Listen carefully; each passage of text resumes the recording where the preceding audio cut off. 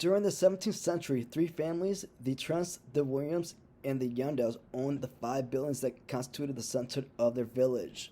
The F, the G, the I, the M, and the S. Each family owned at least one of the buildings, and each building was owned by exactly one of the families. The historical evidence establishes the following about the ownership of the buildings. So I went ahead and go put the variables on top, TWY, as in the three families, and then I put the letters FGIMS on the right side, symbolizing the five what you would consider buildings that need to be owned. So these can be the variables. The way I usually do the variables, the Williams owns more of the buildings than Yandel, so they want like a visual view. So what I would do, I would create W and Y, and I'll just make sure that W is more than Y. And from there, let's go ahead and look for it right now to see if where we can see that W is more than Y and where it's not. So right here in choice D, there's more in Y, so go ahead and eliminate it. Choice E is evened out. Go ahead and eliminate it. Now we're left with three choices instead of five. So process of elimination is brought it down to three options instead of five. So that's kind of better for us right now at this moment. Let's see if we can use the second variable. Neither the I nor the M belong to the owner of the F, meaning that the I and F cannot belong to the ownership same as F. So let's see where in here where those variables are with the letter F. F's by itself here, F's by itself here, F's with M against the rules, go ahead and eliminate it. Now we're left with two options, choice A and B. With this right here, we're going to go ahead and read the last rule. Either Tent owns the stable or Y owns the I or both.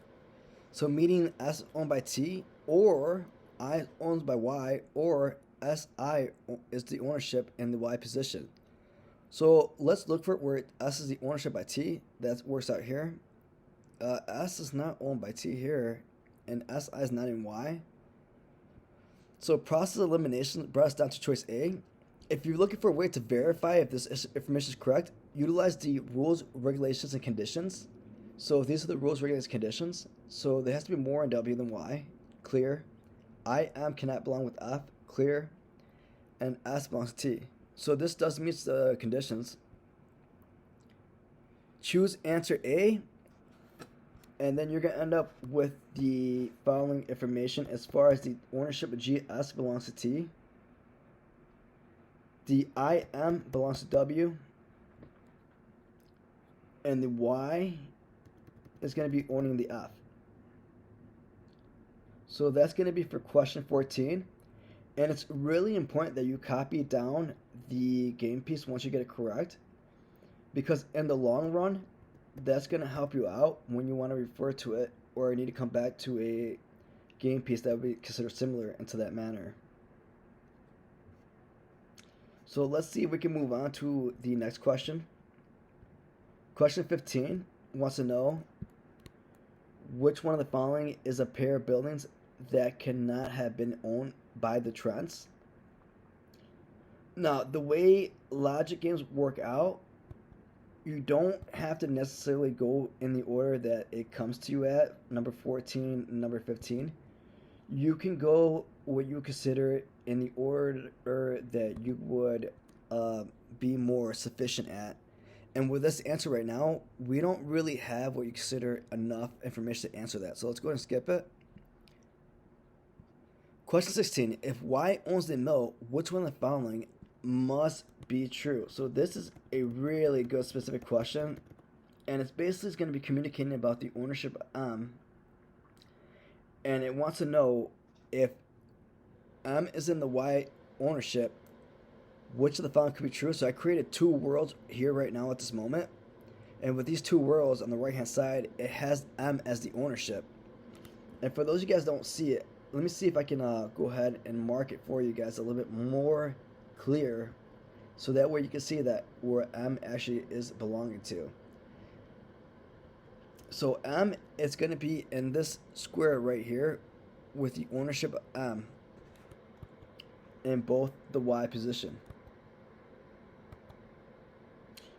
And I went ahead right now and put a box around it. So we're focusing on these two worlds at this moment.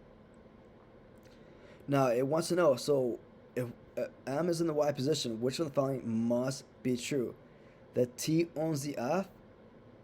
That's not true in the second world, so go ahead and eliminate it. The T owns the I? That's not true in the first world, go ahead and eliminate it. The W owns the F?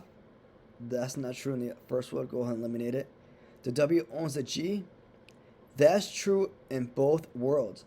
And if you guys have what you consider a problem seeing that, you see where I circle G at the moment? That is going to show you that the ownership of G is in the W. And this is going to be for question 16. So let's see choice E. The W is owned by I. No, not in the second world. The only thing that must be true is that the G is owned by W in both worlds. So go ahead and choose that as the answer. Answer D. The Williams owns the G. Question 17 wants to know, if one of the families owns both the G and the I, which of the following could be true? So let's look for a game piece that has G and I together. And if we don't see it, let's go ahead and create one where we can see that G and I are together. Now, while I'm creating this world, it's important to know that while you're creating the worlds, you want to make sure you create it where it's going to meet the conditions. So for this to work, we have to have that one of the family owns G and I, which we have right here. And then if we flip these two together, the I would be with the G. So let's go ahead and use these two worlds to go ahead and answer this question right now. The T owned the G. We don't see that to be true. The T owns the M. We do see that to be true. If you don't see it, look right here where the M is owned by T. So go ahead and choose that for now. The W owns the F. You have to flip these over, and then you see that F belongs to T, so no. The W owns the S. No, S is going to be owned by T. And the Y owns the I. Nope. The only thing that could be true is that T owns the M. And if you don't see it, I'm going to try to mark it off as much as possible. See where I circled M?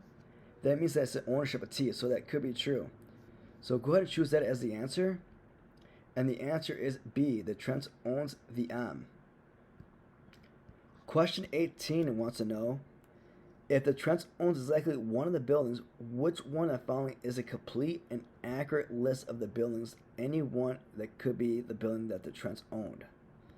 So we already know, based on the third condition, that the S has to be in the T position, or there's going to be in the Y position.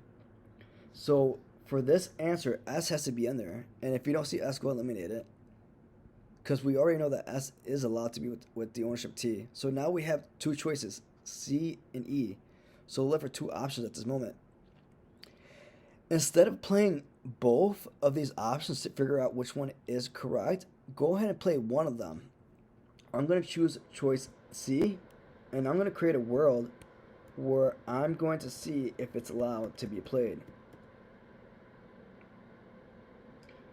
Now, I created a world where I am is going to be in the ownership of T.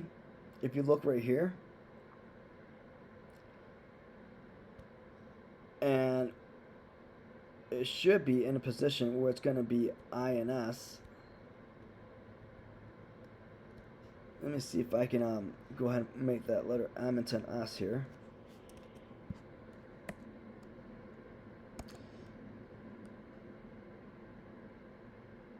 Okay, so if I have I and S, what you consider in this position,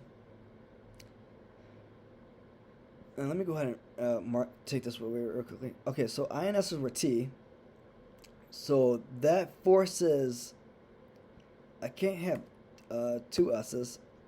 That forces the variable M with Y. However, if that's the case, then you're going to have where you consider S and I with T, but then the variable M is going to be by itself with Y. And then you're going to have the position G and F in the middle. So more variables with Y. I am are not with F. If T owns S, that means that is the rule.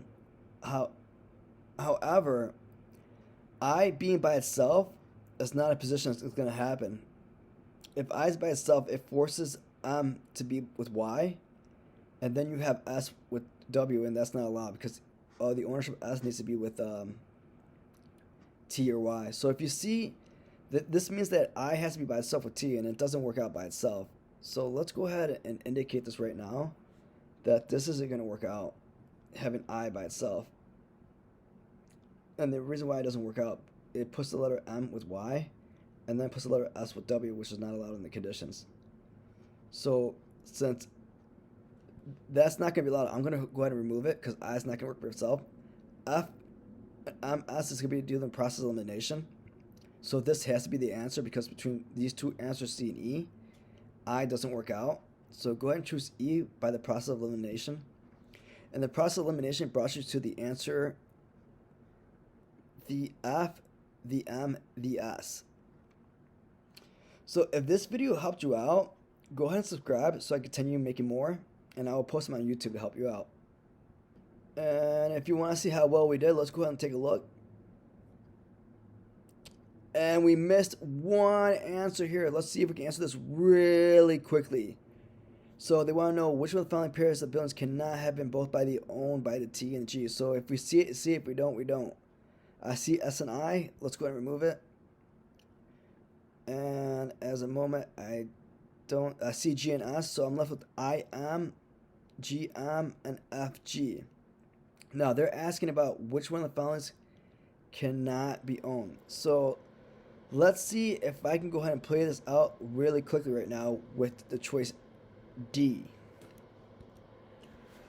So I'm going to put I am here with the letters T, intent. Let me see if I can use this game board right here. So I got to put I am here. The letter S. So T owns the I and Y owns the S. And to be honest with you, this is not going to work out at all with the I and the M. Because if T owns the I, that means that it also has to be with the S too as well. And for that, that's not going to happen. So let's go ahead and choose choice D. And the answer is D, the I and the M. Let's see how well we did on this game board. This was game 2. So let's complete the selection. For this game 3, game 3, we got all the questions correct. Quick review. We answered the first question. We skipped the 15. Went into question 16. Then went to 17, 18, and then we came back to finish the last one, 15. And we were able to get all the questions correct.